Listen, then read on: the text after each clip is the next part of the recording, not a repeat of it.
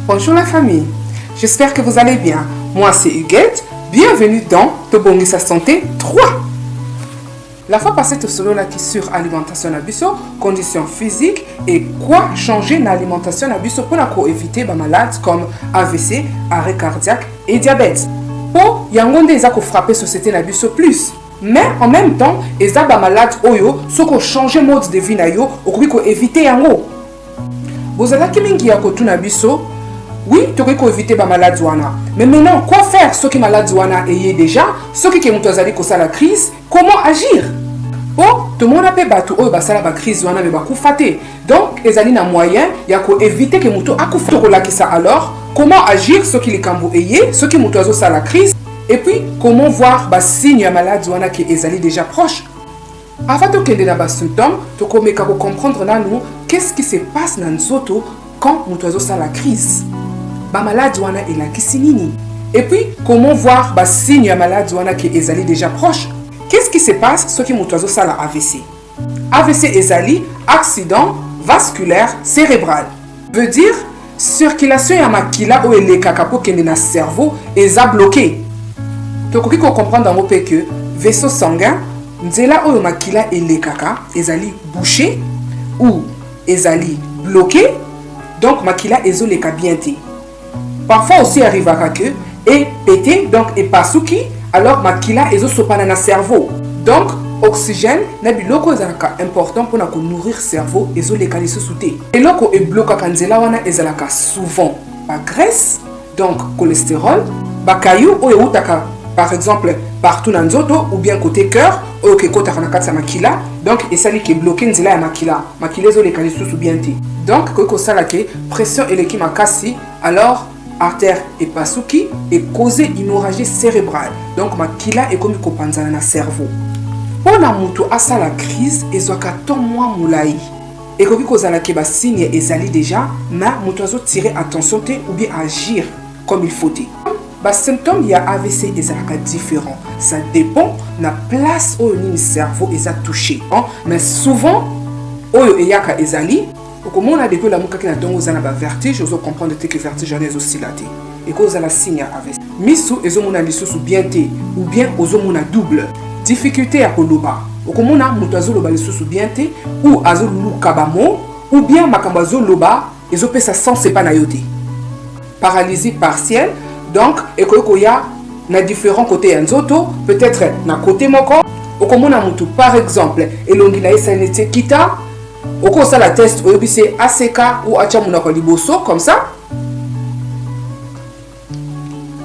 Au tali, ce qui tous les deux côtés est le même, alors ce n'est pas un problème. Ce qu'on dit que non, côté moko ça la bien est différent, et autres tikala, donc ils ont signé AVC.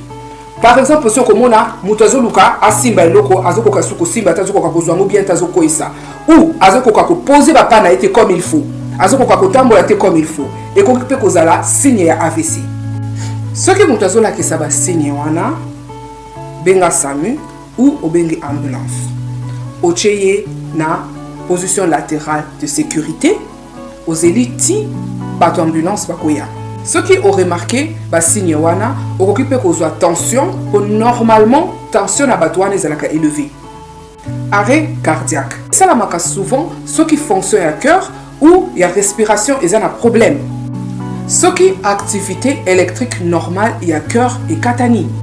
Activité on est katanaka ce qui oxygène et zoko manamute mal soubienti.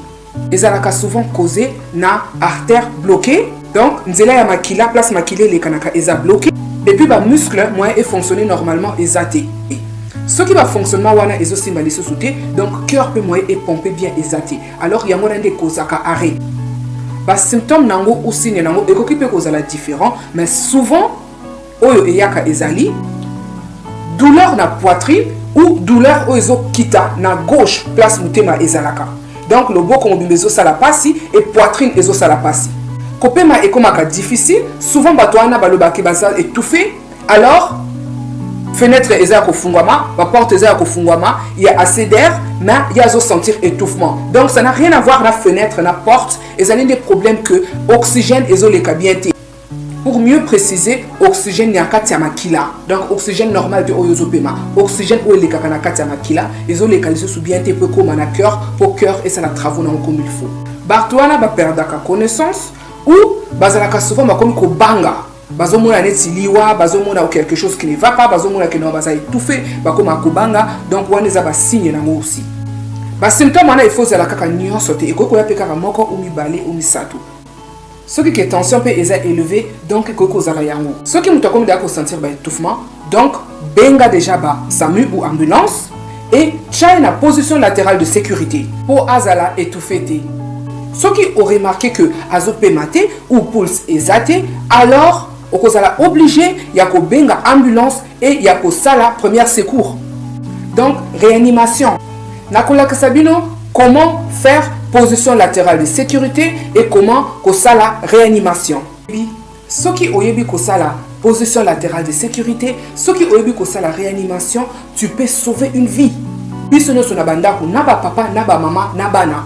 Il faut tout yeba la réanimation. Et c'est très important. Prochainement, on a Sabino ou acheter tensiomètre bien ou comment causer tension. Pour les autres suki awa, j'espère que tu as kosunga bino. Ceux qui bozali naba question, bo hésiter te kokotu na biso.